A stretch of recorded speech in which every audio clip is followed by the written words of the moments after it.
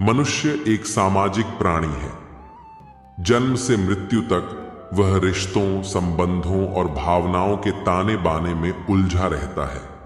लेकिन जब जीवन की कठोर सच्चाइयों से सामना होता है, तब यह सवाल उभरता है, क्या वास्तव में कोई हमारा होता है? क्या दुनिया में कोई निस्वार्थ भाव से केवल हमारे लिए जीता है? यही सवाल इस निबंध का केंद्र बिंदु है।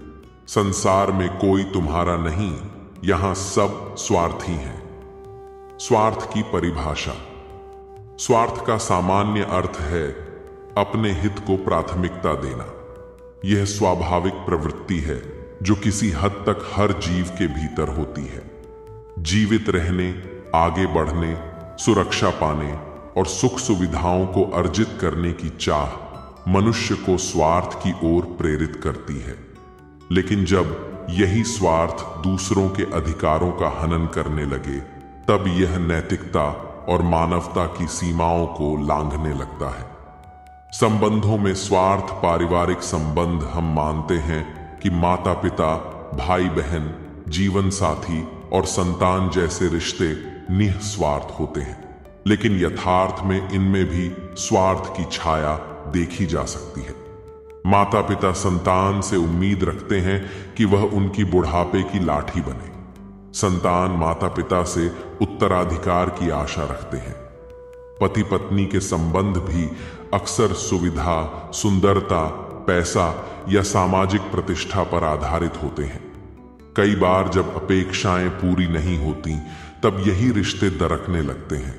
ऐसे में सवाल उठता है, क्या ये रिश्ते वास्तव में निस्वार्थ हैं? मित्रता।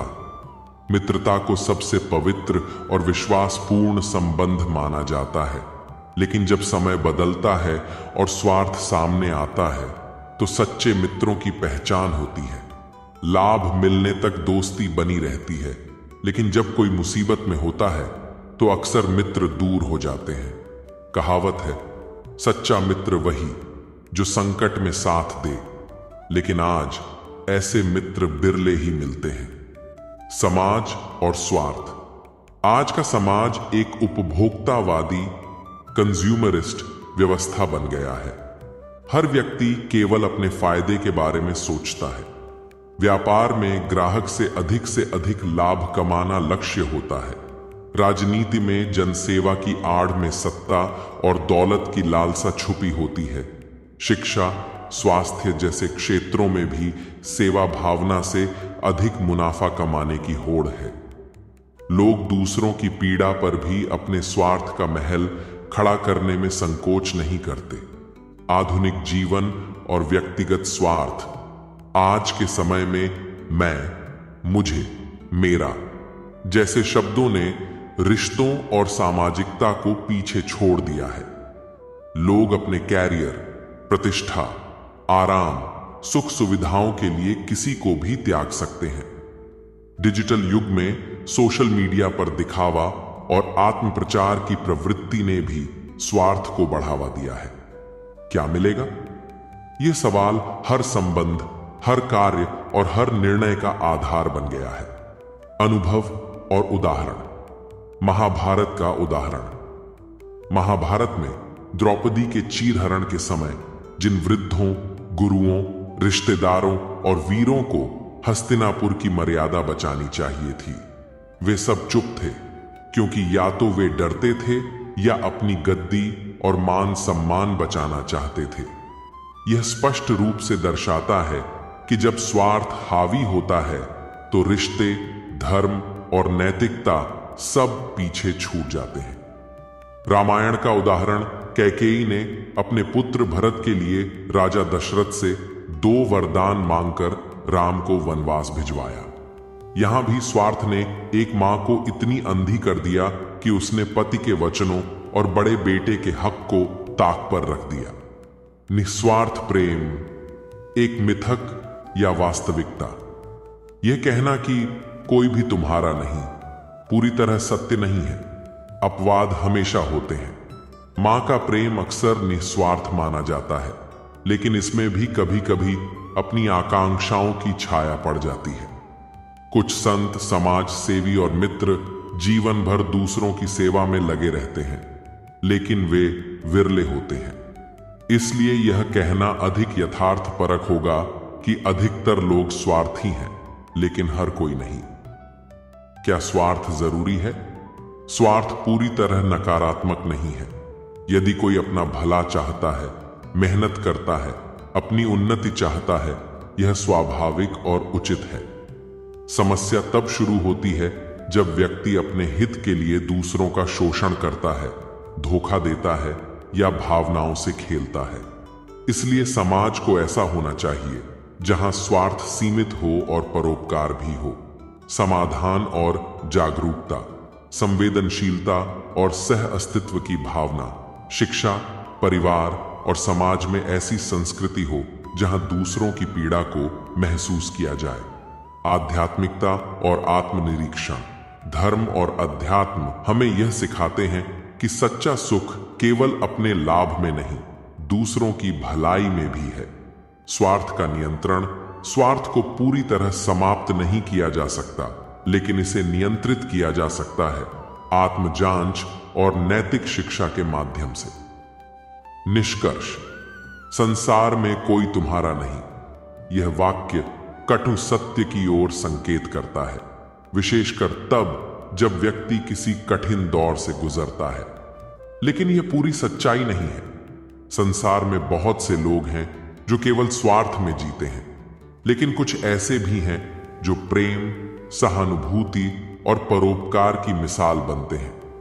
हमें यह समझना होगा कि यह दुनिया पूरी तरह स्वार्थी नहीं है, लेकिन हमें हर रिश्ते को परखकर, सोच समझकर आगे बढ़ना चाहिए, क्योंकि अंततः जीवन में हर व्यक्ति अकेला ही चलता है, दूसरों के सहयोग से नहीं। मनुष्य एक सामाजिक प्राणी है और समाज में रहने वाले प्रत्येक व्यक्ति का स्वभाव, दृष्टिकोण, सोचने का तरीका और व्यवहार भिन्न होता है। कोई किसी की सफलता देखकर प्रेरणा लेता है, तो कोई उसी सफलता को देखकर ईर्ष्या और द्वेष की भावना पाल लेता है। जब कोई व्यक्ति अपने परिश्रम, लगन और दृढ़ संकल्प से जीवन में ऊंचाइयां छूता है, तो समाज में ऐसे भी लोग होते हैं जो उसकी तरक्की से खुश होने के बजाय उससे जलने लगते हैं। यह विडंबना है कि समाज में प्रतिभा और मेहनत से अधिक चर्चा कभी कभी इस जलन की भावना की होती है। इस लेख में हम विस्तार से समझेंगे कि तरक्की देखकर जलने वालों का कोई इलाज नहीं होता, यह कहावत क्यों कही जाती है और इसके पीछे के सामाजिक, मनोवैज्ञानिक और व्यावहारिक पहलुओं को कैसे समझा जा सकता है। ईर्ष्या का मनोविज्ञान। ईर्ष्या, जेलसी, एक सामान्य मानवीय भावना है, पर जब यह भावना विकृत रूप ले लेती है तो वह व्यक्ति के व्यवहार, सोच और संबंधों पर नकारात्मक प्रभाव डालती है। मनोवैज्ञानिकों के अनुसार जब कोई व्यक्ति अपने से बेहतर किसी को देखता है तो वह अपनी तुलना उस व्यक्ति से करता है, और यदि उसमें आत्मविश्वास की कमी होती है या वह स्वयं पर विश्वास नहीं करता तो उसमें ईर्ष्या की भावना जन्म लेती है। यह भावना तब और भी तीव्र हो जाती है जब वह देखता है कि जिसकी तरक्की हुई है वह व्यक्ति कभी उसी के साथ था या उससे नीचे था। तब उसके मन में यह प्रश्न आता है कि यह कैसे आगे निकल गया। यही सवाल धीरे धीरे जलन में बदलता है। समाज में जलन की प्रवृत्ति। हमारे समाज में दूसरों की सफलता को सराहने की प्रवृत्ति कम और उसकी आलोचना करने की प्रवृत्ति अधिक है। कोई व्यक्ति यदि मेहनत करके आगे बढ़ता है तो कुछ लोग उसकी पीठ थपथपाने के बजाय उसके बारे में अफवाहें फैलाने लगते हैं, उसके चरित्र पर उंगलियां उठाने लगते हैं या उसकी सफलता को भाग्य का खेल बताकर उसकी मेहनत को नजरअंदाज कर देते हैं। यह प्रवृत्ति समाज में बहुत सामान्य हो गई है। जलन रखने वाले व्यक्ति अक्सर सामने से मुस्कुराते हैं लेकिन पीठ पीछे बुराई करते हैं। वे दूसरों को भी उस सफल व्यक्ति के विरुद्ध भड़काते हैं और उसकी छवि को धूमिल करने का प्रयास करते हैं। जलन का शिकार कौन होता है? प्रगतिशील व्यक्ति जो आगे बढ़ रहा होता है, जो मेहनत से अपनी पहचान बना रहा होता है। रचनात्मक लोग, कलाकार, लेखक, गायक या अन्य रचनात्मक क्षेत्रों में काम करने वाले लोग जिनकी प्रतिभा दिखने लगती है। उद्यमी, व्यवसाय जो अपने व्यवसाय में सफलता पा रहा होता है, उस पर आरोप लगते हैं कि उसने कोई जुगाड़ किया है। छात्र, विद्यार्थी जो पढ़ाई में अच्छा प्रदर्शन करता है, उसके मित्र या रिश्तेदार ईर्ष्या कर सकते हैं। तरक्की से जलने वालों के लक्षण, वे आपकी सफलता को कभी खुले मन से स्वीकार नहीं करेंगे।